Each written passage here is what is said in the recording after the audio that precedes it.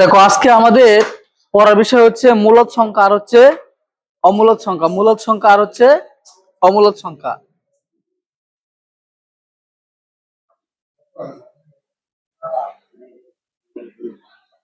মূলদ ও অমূলদ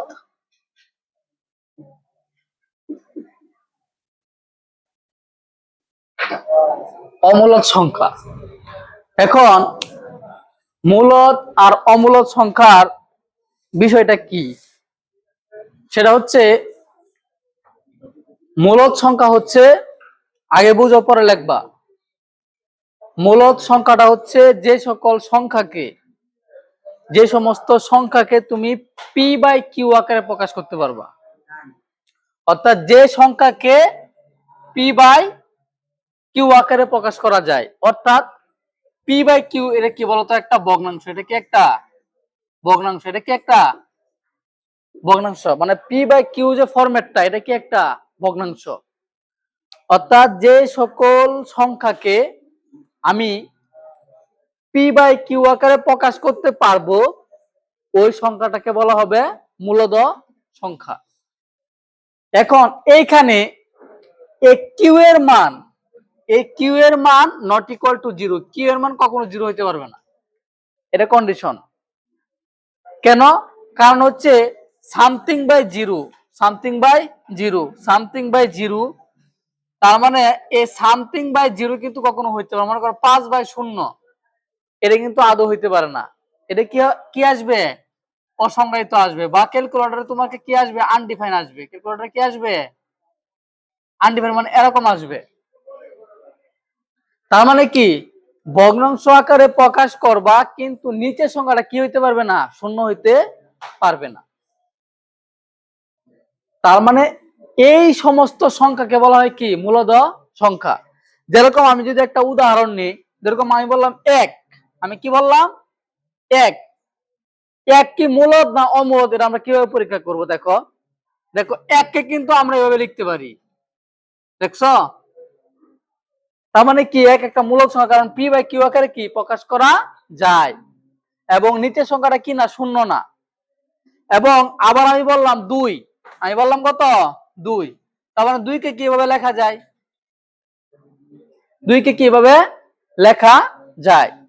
তার মানে দেখো আমি বলতে পারি 1 2 3 4 5 6 7 8 যে স্বাভাবিক সংখ্যাগুলো আছে, সবগুলা সংখ্যাই কি মূলদ সংখ্যা। 1 2 3 4 5 6 7 8 dot dot dot dot dot একদম 100 কোটি যা সবগুলাই কি মূলদ সংখ্যা। কারণ এগুলাকে কি পি বাই কিউ আকারে প্রকাশ করা যায়, পি বাই কিউ আকারে প্রকাশ করা যায়। আবার দেখো একটু দশমিক নিয়ে যদি আমি চিন্তা করি, দশমিক, দেখো আমি লিখলাম 0.5, 0. কত? 5, 0.5। আচ্ছা, এইটাকে যদি আমি পি বাই কিউ আকারে প্রকাশ করতে পারি কিনা একটু চেক করি। আমি যদি এটাকে ভাঙি, দশমিক তুলি, দশমিকের জন্য কি নিতে হবে? একটা এক নিতে হবে। ওমায়, দশমিকের জন্য একটা এক নিতে হবে। আর একটা শূন্যের জন্য কি নিতে হবে? একটা একটা একটা অঙ্কের জন্য এটা কি নিতে হবে? সংখ্যা। পরে উপরে যা আছে তাকে করতে হবে? বসাই দিতে হবে। যা আছে তাই বসাই দিতে হবে। কিন্তু মজার ব্যাপার হচ্ছে বামের শূন্য কি নাই? কোনো ভ্যালু নাই। এখন দেখো এটাকে পি বাই কিউ আকারে হয়েছে না? এটা একটা ভগ্নাংশ হয়েছে না? তার মানে কি, যদি দশমিকের পরে অঙ্কগুলো নির্দিষ্ট থাকে, দশমিকের পরে অঙ্কগুলো নির্দিষ্ট থাকে, তাহলে ওই দশমিক সংখ্যা কি হবে? একটা মূলদ সংখ্যা হবে। অবশ্যই কি থাকতে হবে? নির্দিষ্ট থাকতে হবে। অঙ্কগুলো কি থাকতে হবে? নির্দিষ্ট থাকতে হবে। দেখো কেউ কিন্তু হুট করে বলে ফেলবে যে 0.125 এটা একটা অমূলদ সংখ্যা, দেখে বলে ফেলবে। কেন? কারণ পি বাই কিউ আকারে নাই, পি বাই কিউ আকারে নাই। কিন্তু আসলে কিন্তু তা না। এটাকে যখন আমরা সমস্তটা ভেঙে ফেলাবো, সরি দশমিক আমরা তুলে ফেলাবো, তখন কিন্তু পি বাই কিউ আকারে চলে যাবে। কিভাবে? এই যে দেখো, দশমিকের জন্য একটা এক, তিনটা অঙ্কের জন্য তিনটা শূন্য, তিনটা অঙ্কের জন্য তিনটা শূন্য, পরে থাকে হচ্ছে 125। That's means P by Q, P by Q. তার মানে কি, এটাও একটা কি সংখ্যা? মূলদ সংখ্যা। তার মানে আমরা বলতে পারি যে সমস্ত সংখ্যাকে যে কোনো ভাবে পি বাই কিউ আকারে প্রকাশ করা যায়। এখন রূপটা যদি চেঞ্জ থাকে, ভিন্ন থাকে, তাহলে কি নাই, কোনো সমস্যা নাই।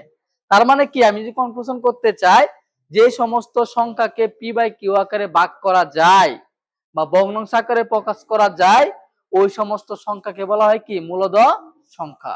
এই সংজ্ঞাটা বাংলায় সুন্দরভাবে তোমাদের খাতার মধ্যে লেখো, লেখা যেমন দিয়ে এই উদাহরণগুলো লেখো, জটপট করো সবাই।